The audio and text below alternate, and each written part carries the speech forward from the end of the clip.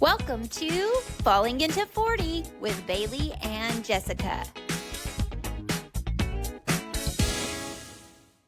Welcome back to Falling into 40 with Bailey and Jessica. The last time we met, we talked about some more things that we would like to tell ourselves, our future selves, and kind of wrap that up. And we are meeting again today and going to discuss something a little bit more serious. But before we get to that, Bailey, how was your Mother's Day? It was great. So we have had a very busy spring. We just wrapped up spring golf at the state tournament last week. And so we got home and had a whirlwind of banquets and things like that. So by Sunday, we were spent. And so we had our fill of sun and everything else. So we went to church and went out to eat lunch and came home, and we really just kind of were lazy bums. What about you? Did you have a good Mother's Day? Yes, I had a great Mother's Day. My brother and his family came to town, and it was actually also my mom's birthday. So we kind of did a celebration on Saturday for her birthday, and then Sunday celebrated. But yeah, celebrated Mother's Day. But I got a nap in on Mother's Day and went to church, and yeah, it was pretty relaxing. A nap is the best gift. That's what my husband and kids kept asking me, what do you want? What do you want to do? And I was like, actually, I want to do nothing. That would be the greatest gift. If we have food, I don't want to cook it. I don't want to have to clean up after it. And I just kind of want to get home from church, put on my pajama pants, and watch stuff we've missed in the busy craze. So we watched a lot of things we had recorded on the DVR, and we just really took on full relaxation mode. Yes, and guilt-free. For whatever reason, it was guilt-free and it felt nice. Absolutely. And I know too, sometimes holidays that we celebrate are hard on some people that have recently lost their own mothers or a significant female figure in their life, or maybe even mothers that have lost their children, or women that have struggled with infertility and haven't been able to overcome those physical issues that are causing that. So I always want to be mindful of others on days like that, and know that when others are celebrating, there's always some that are not celebrating. So we don't have the adequate words to take it away, but we do care. But moving forward, we will discuss hunger in America. And that is something that personally, I don't see a lot of discussion around this topic. When I do catch the news, when I do see a TV commercial or catch a show on Dateline or whatever it is that I'm watching, I don't see a lot on hunger in America. I see it in other countries, in a lot of third world countries, but I think it's important to note that we have a big problem here in the United States, and there are people that are hungry. Yes, and I think that you and I have probably seen more of this as teachers. So we do know that it exists out there. We do know that there is food insecurity in our own community. And so the knowledge and educating ourselves that it is out there, even though it's not widely talked about, I think is so important to make sure we know that it is an issue and there are things that we can do to combat it and to support those who are suffering from hunger or food insecurities in their own homes, and also educate others if they are going through food insecurity or hunger, that there are places out there that they can turn to for assistance and for help, because nobody should suffer and nobody should go hungry just because they lack the means, especially in our current society where we're dealing with inflation and we're dealing with things like that, which we have covered in a past episode, that no one should suffer and go through hardship of that sort, because it can lead to so many health issues and so many things can happen due to hunger.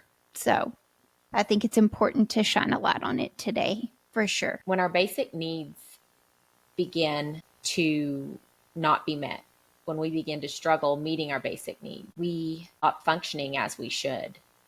So, like you just mentioned a second ago, when we are teaching and you'd have a kid in your classroom that was hungry, well, that child, that student, they're not able to focus on the lesson.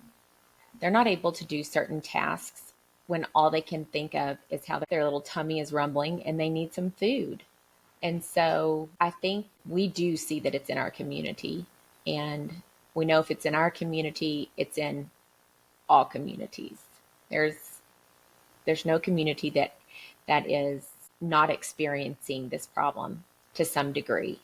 And I think others should know that if you are in this situation, for whatever reason, you've got to be able to find a source to help you. And so we will talk about that. I think one thing that, because it's just not right in our face here, like we just don't see it all over in the United States. We can turn a blind eye if you want to. And depending on where you live in the community, you just don't see it like you might in a third world country village. But you don't see what happens when children don't get food and the developmental delays when they don't get the nourishment that they need. And it's profound. You know, we might not have children walking around like you see on some of the commercials where the belly is extended and then they just look emaciated. But there are kids that are definitely going to suffer later on because of the food that they aren't receiving. Well, even in bigger cities, like you even would probably take more notice of it, where you see the churches set up with soup kitchens and things like that, and you see a greater homeless population just out in the streets. So you would be more conscientious of it or recognize it more in a larger city. But where we live in our communities, I think it's very easy to forget and very easy not to realize that it is prevalent in a small community like this because it's not so in your face. There are churches who provide assistance and help, but it's not publicly advertised and it's not a thing that you just drive by and see. And people aren't comfortable talking about food insecurity and the fact that they don't have enough food to get by for a week or the day or anything like that. And so I think it's important to provide that and to be aware that it is here and it is in our small communities just as much as it is in our larger cities where it's much more prevalent and where you can see it more often. Well, and especially right now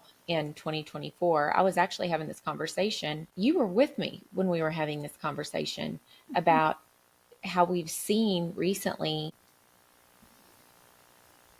a transient population in our community. Mm-hmm. And you can see that more than likely they don't have a home to live in. And if they're passing through, I don't know where they're staying, but it seems to be on the rise. And I think we also need to verify or explain that homelessness is when someone, even if I were to be living with you for whatever reason, I would be considered a homeless person. Right. So homelessness doesn't always mean living outside under a bridge. It could just mean that I don't have a place of my own to stay. And so I'm crashing at your house and then the next person's and the next person's because I don't have steady lodging for whatever reason. Right. But looking at some statistics, I found that 1 out of every 8 American adults is struggling to afford enough food. And so, according to some data from this past October, so October 2023, nearly 28 million adults nationwide were living in homes where there was either sometimes or often not enough to eat in the last week. This is the highest that figure has reached since the first year of the COVID-19 pandemic. That's a lot of people, 28 million. And do you think a little bit of this has to do with there was so much assistance and security provided when the pandemic hit, and even for a good stretch of time after the pandemic, a lot of people were being provided with that assistance, and so they could, even if they didn't struggle before, they relied on that assistance and they relied on that support, and they were able to feed their families and do those things. And now, as that assistance has slowly been taken away a little bit, do you think that that could be a major reason why we're seeing such a rise in those numbers, because they no longer have that means to help provide food? And then on top of that, we're seeing inflation. So I think there's a lot of factors. But do you think that that's a major contributing factor, is just that support from COVID is being lifted now? I think that that is a huge factor. You know, a lot of schools were able to give all kids free lunches during that period, during whether I think it was about 2 years here where we saw that.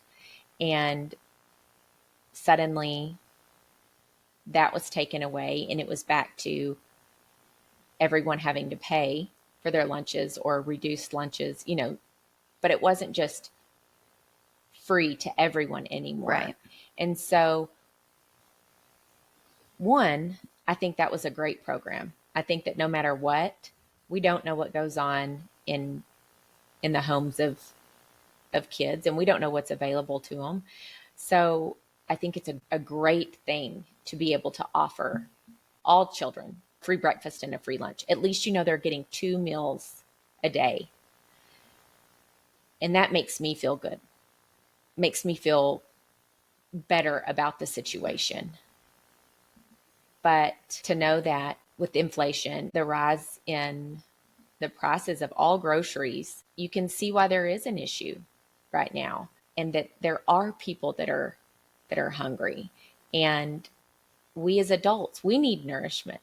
When we don't get the right nourishment, we both know that we don't feel well or we don't have enough energy, and it affects us in a ton of ways. So it's important. And, you know, one thing I think that we did see during that period of COVID and all the uncertainty, I think we saw a lot of kindness and a lot of people that showed compassion and were willing to help people out, help each other out. And it almost brought everybody together in some ways. And so now that we don't see that as a threat, it seems like it automatically strips humans of compassion. And not in all circumstances, but I definitely see that people all of a sudden aren't unified in one area. They're once again pitted against each other for whatever reason.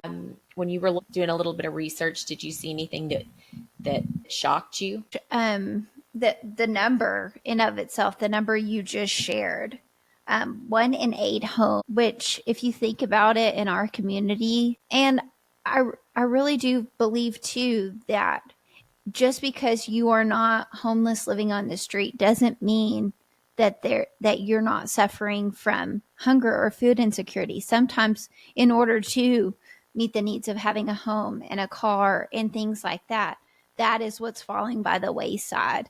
And it doesn't mean they're not eating at all. It just means that maybe they just don't get enough. And so that's the type that is really starting to wear on me too, because that seems almost, and this could be just my opinion, like the type that wouldn't ask for help are the ones who want to do it themselves. And so just that number in of itself was a big eye opener. And then also I did see that the highest levels of hunger are in the southern states.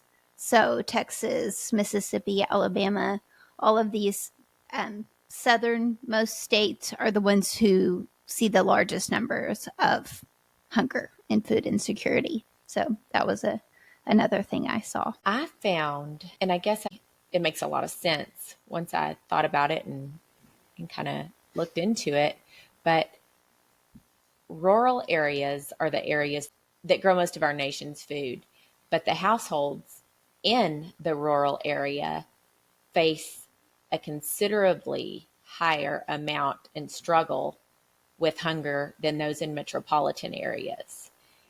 So I have a percentage here. 12.1% rural households faced food insecurity in recent years, compared to 10.3% of households in metropolitan areas. And going back to what you said a second ago about people that live in homes and we may not be able to look at them and see that they are hungry, I think is so much more of a problem in rural communities because we don't have public transportation like a city might. Most people have a vehicle, and that's a car payment and our house payments, taxes. I mean, all of those things have to be thought about. And so we don't see it. I mean, there could be teachers that we have worked with that were actually hungry and it wasn't just completely obvious to us. And here's the thing too, food insecurity and hunger doesn't necessarily mean you're not eating at all. And I think that too is an issue, because if you're in a I eat what I can afford household, sometimes what you can afford is not the most nutrient rich, good, healthy food, because it tends to cost a little more to eat a healthier diet. And so some people, even though they may not be going hungry in the sense that they're not eating at all, they're eating, but what they're eating and the quality of what they're eating is not necessarily benefiting them either. They are at a great risk of different types of health factors being a problem for them or a challenge for them in the future, whether it be the children or the adults living in the household.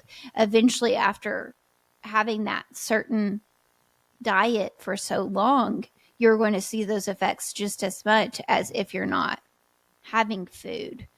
It's the quality of food, I think, is leading to some of this as well. I think that's a really good point, that maybe people are eating to survive. And so surviving at that point is the cheapest thing they can find, rice and beans, and potatoes, things like that. But another issue living in a rural community is that we have a grocery store in town, but because things maybe were out of the way, or I don't know where the pricing, how everything is done, but the things that we buy here at our local store and even our dollar stores are quite a bit higher than if we were to travel to a nearby city to buy our groceries. But you have to be able to afford that gas and get over to get your groceries. So there's a lot of different factors here. So you either pay the higher cost in your grocery bills, and some of it's pretty substantial, like a lot more expensive here than it would be somewhere else. So one thing I think that people could do, and it would be fun to do with your kids if you haven't done it, is to have your own garden. And while that's not going to provide you with everything you need, you can get some produce out of that garden and make it a summer project to do with your kids. You can start with seeds. You don't have to buy the plants that are already growing. We have an avocado tree going right now, and it just sprouted kind of as an experiment. But there's a lot of things that you can do that we don't think about that would be cheaper. And you also think about how you didn't spray your produce with pesticides and all the other stuff. I don't know Mm-hmm. if that seems like a really ridiculous comment or a ignorant comment. But to me, those are some things that you can do out here in West Texas to kind of save yourself some money and be able to get some of those things that you need for nutrients to put some Right. vegetables on the table. Right. I had looked at the average cost of groceries monthly for a home, and just that alone was made me think like we need to come up with some solutions too, because again, it's a lot. So it said the average house grocery cost per month is $475, which it totals close to $6,000 a year. I mean, that's significant. If you're thinking of a single parent household, or you're thinking of, hourly wage jobs, that is significant. And so it's not hard to believe that we are seeing so much of that in our country. So many people who have difficulty affording their grocery bills each month, because $475 a month is a lot for anyone, much less people who are on a limited budget. And again, I don't know what that entails purchasing, but yeah. And I love that you brought up things that you can do to kind of help combat that cost a little bit. And the garden is a great idea. My in laws have, for years, done a garden behind their home, just a personal garden, and they have the rows. And it is a lot of work to set up, and it is a lot of maintenance. But at the end of the day, pretty much the entire summer months and into the fall, we do not purchase produce at the grocery store.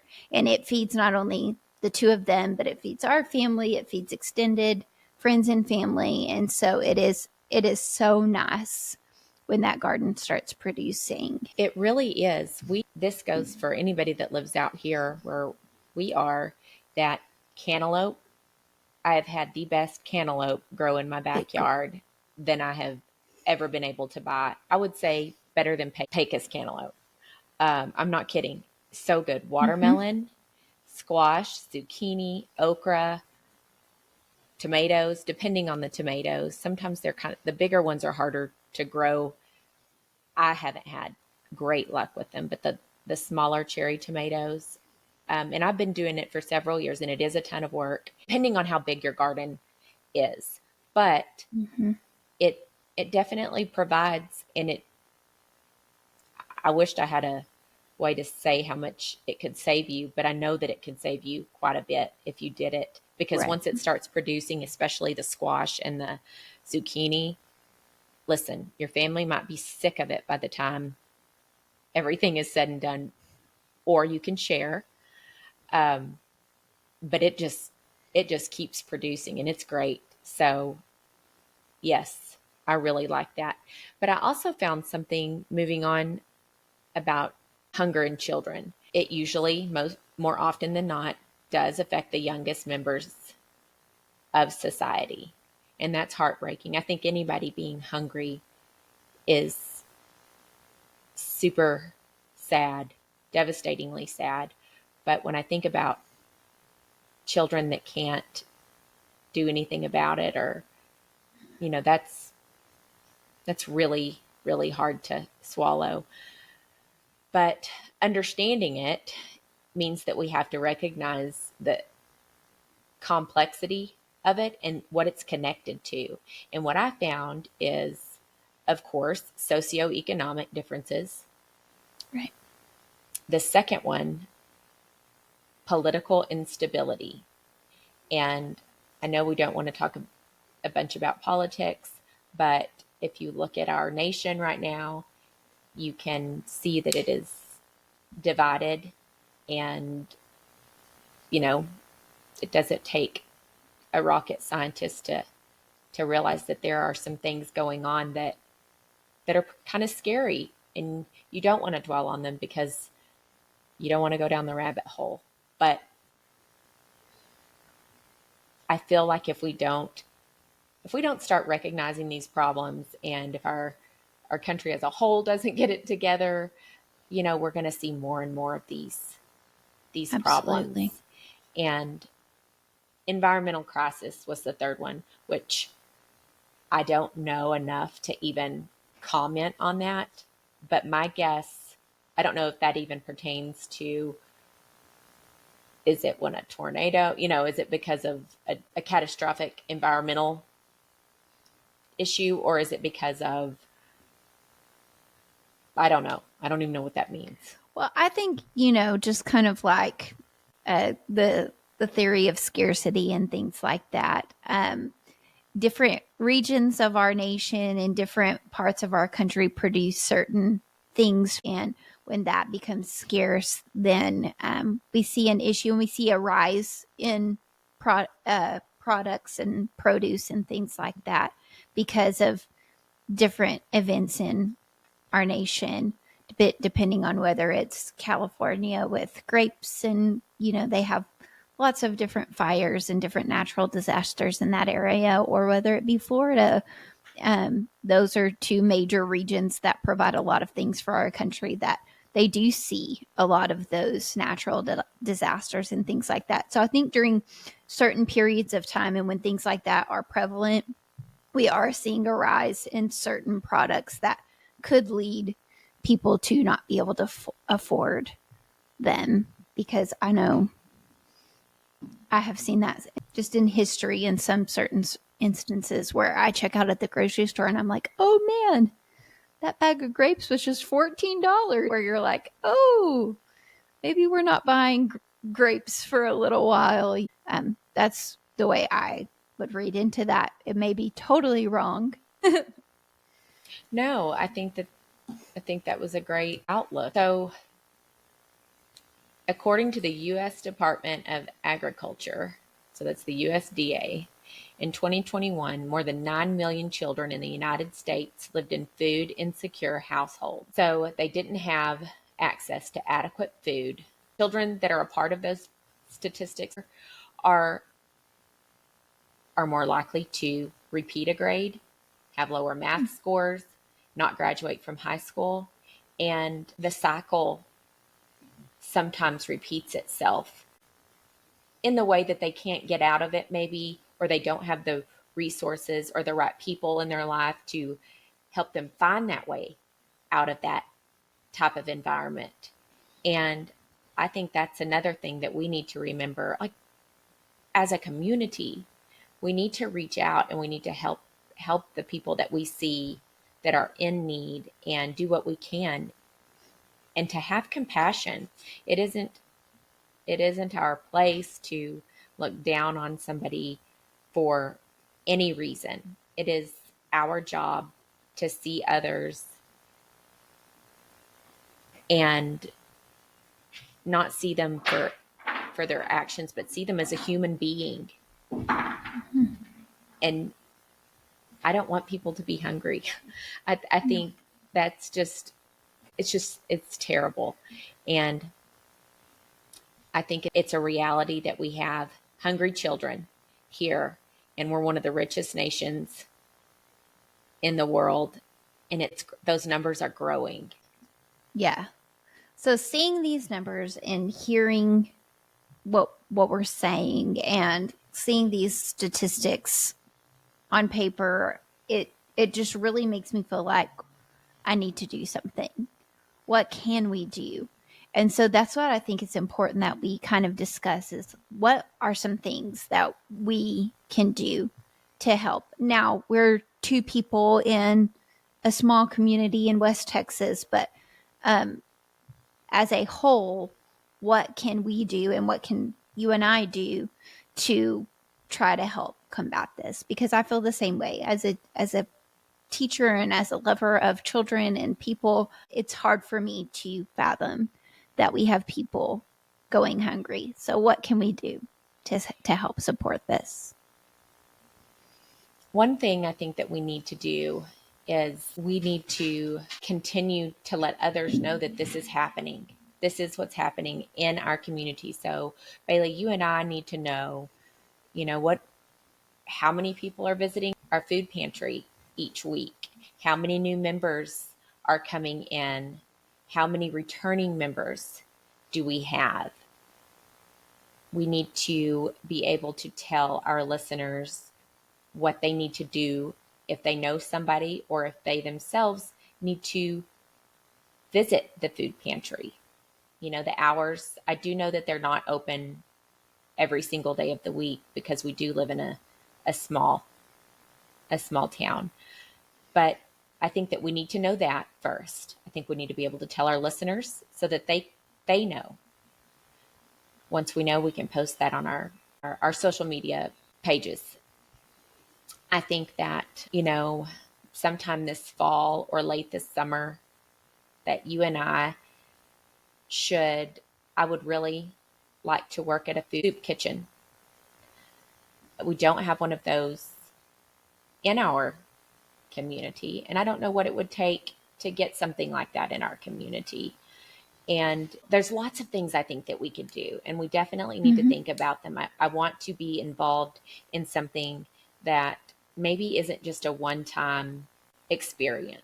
I do want us to go and experience a soup kitchen or the food pantry or both. But, I want to say, what do we need to do to get something like that in our own community? And what, I don't even know how you go about setting those things up, but there's got to be some research done and things like that. I don't know how you feel about all that. No, I think starting the conversation and educating others and spreading the word is step one. And I think we're taking that step with this episode today. But I truly think that making sure it's public knowledge that this is something that our community and surrounding communities are dealing with. So no, we can't combat American hunger, but we can take some steps to work toward helping our community. And I think that's very important through working at the food pantry. I know, especially during the holiday time, they need a lot of support with filling bags at some of the local food pantries that they give to others so that they can have a Thanksgiving meal on their table and things like that. So I think during the holiday times, for sure, we need to go to those already established places and volunteer our time. But I do think that you brought up something great about coming up with something around here, because beyond our food pantry, which is open Wednesdays, I know some of the churches do provide some support to those who need food assistance, but just having that available, I do think that you and I need to do something, because this is an issue. And even if it's starting a fundraiser that we can provide more support to those already established places, or again, volunteering. Meals on Wheels is a great program too that delivers food to those populations who can't, They're homebound or yes, that can't get out and get their own food. So I love that. I love that organization as well, because that is a very delicate population that needs to be supported and that needs to make sure they are fed. And I think there's a lot of options, but I don't think it needs to end here with this conversation. I do think we need to continue to look into and continue to revisit this topic in future episodes and update our listeners on what we're doing and what we're supporting, and that way that they can maybe follow in our footsteps, and that we can provide them with a means to help support it as well. Very well said. I think that having this conversation was an eye-opener for me just the numbers are huge. And I think we can do something, you know. I want to recognize the problem here. I know that there are Mm-hmm. problem. I know there are third world countries. I know there are places where there are starving children, but I know that there are children hungry here too. There are families that are hungry, and so I feel like living in a rural community that we should do something that impacts the people here and that can help those that that are just struggling. And you know, sometimes once you've struggled and you've experienced the compassion and kindness and help from somebody else, you then get back up and get on your feet and are no longer experiencing that problem, you give back. So that cycle can continue. The pay it forward So yeah, cycle. that Yeah. that you know that it impacts you and you think, okay, this changed me and helped me in a time of great need. So I want to do that for somebody else. But Absolutely.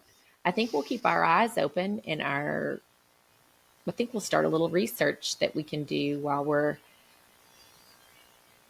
on the verge of our summer has started. Your summer is about to start.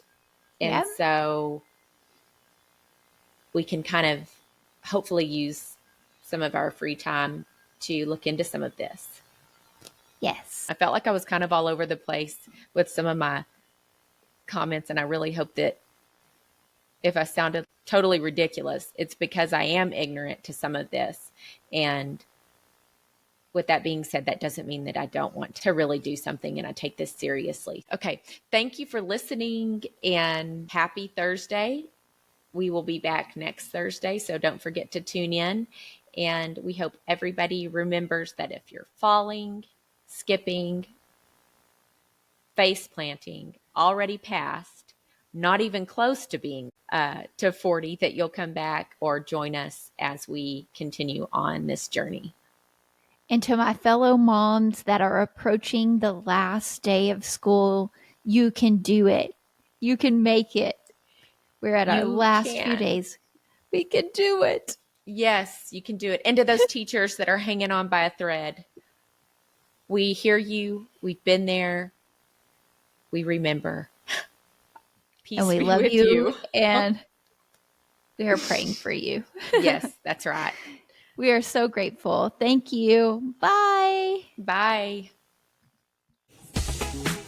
Thank you for tuning in with us on today's episode of Falling into 40. You can find us on Spotify, YouTube, and Apple Podcasts.